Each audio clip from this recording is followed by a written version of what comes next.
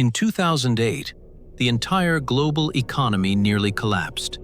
Total global debt at that moment, $60 trillion.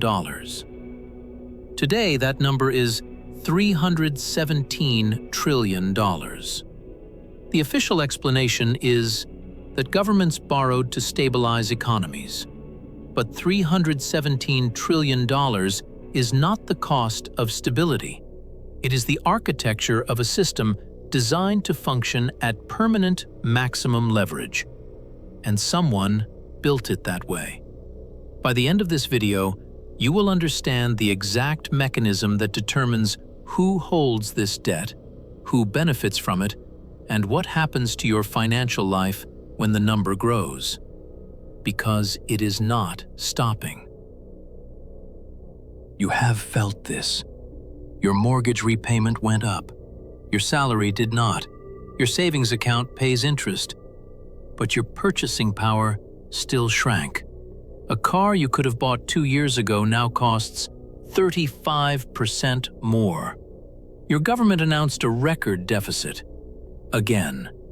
None of these feel connected. They are. This is not an accident. This is a system. And this video is about how it works. Ask most people who owns the world's debt, and they will tell you. Governments owe it to banks. Banks owe it to other banks. And somewhere, China is involved.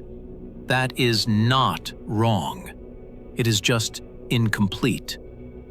Here is what the mainstream narrative says. Governments issue bonds, essentially official IOUs.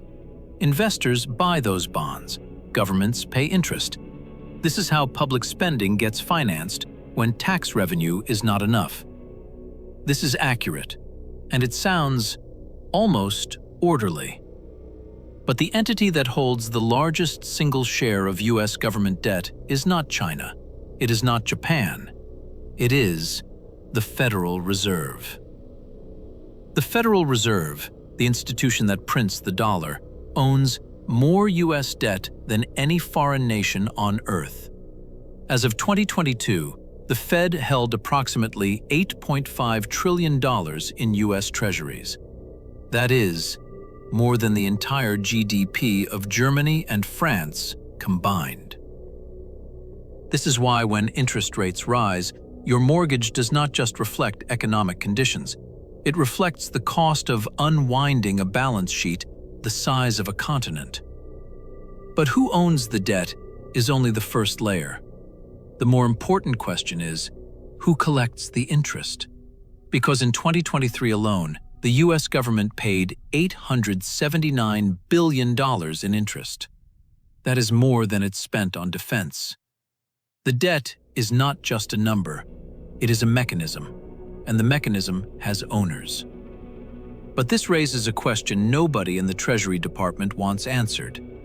If the central bank can create money to buy government debt, why does the debt need to exist at all? That question leads to Chapter 2. The mechanism has a name. It is called debt monetization.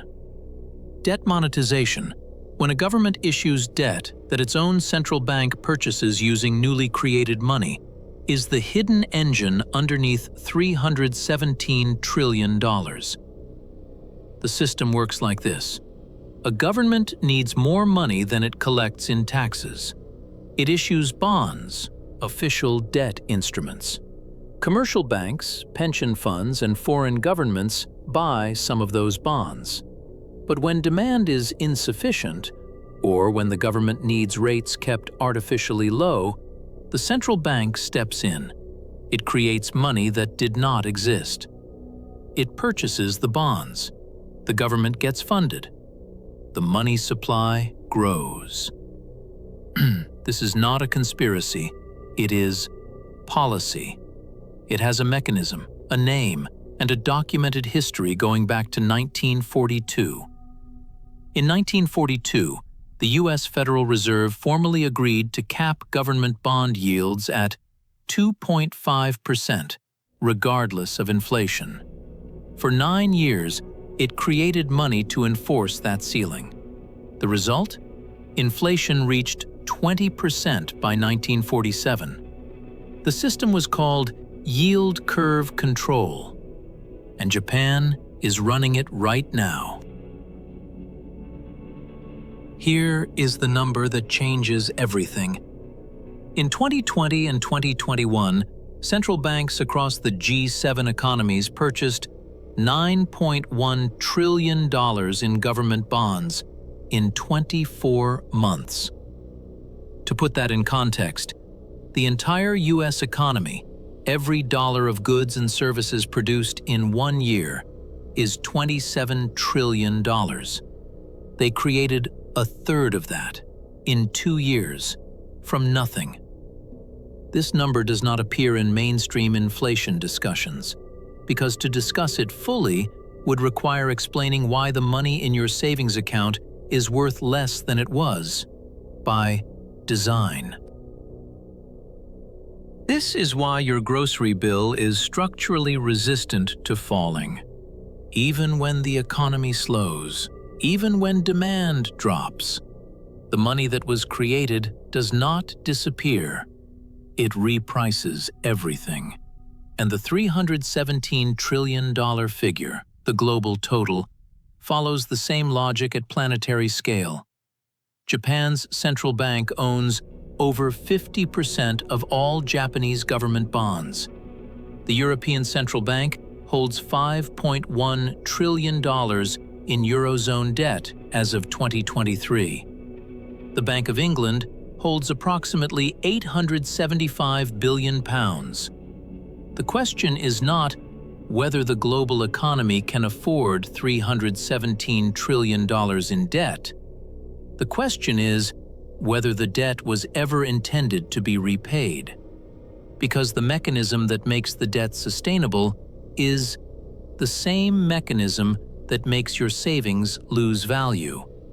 They are not two problems. They are one system. And the numbers are larger than you think. The $317 trillion is the recorded debt. It does not include unfunded liabilities, future pension obligations, social security commitments, healthcare promises. When those are included, the number exceeds $300 trillion for the United States alone. So, what does this mean for you? It means the financial decisions that feel personal, your mortgage rate, your grocery bill, the yield on your savings, are downstream of a system operating at $317 trillion of leverage. It means that monetary inflation is not a policy failure.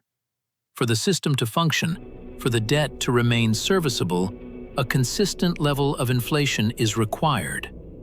Your salary staying flat while prices rise is not bad luck. It is the mechanism working correctly from the perspective of the creditors who hold the debt. But understanding this changes what you do with it. Assets that hold value under monetary expansion, property, equities, commodities, are not investments. They are inflation hedges, vehicles for preserving purchasing power in a system structurally committed to eroding it. Cash held in savings accounts is the most exposed position in a debt monetization world. Not because savings are wrong, because the system is calibrated to punish savers and reward leveraged asset holders. The $317 trillion is not a warning about collapse. It is a description of architecture. The architecture has rules. The rules favor those who understand them.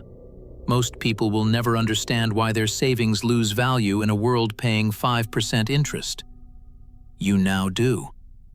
The mechanism has a name, it has a history, and it is not an accident.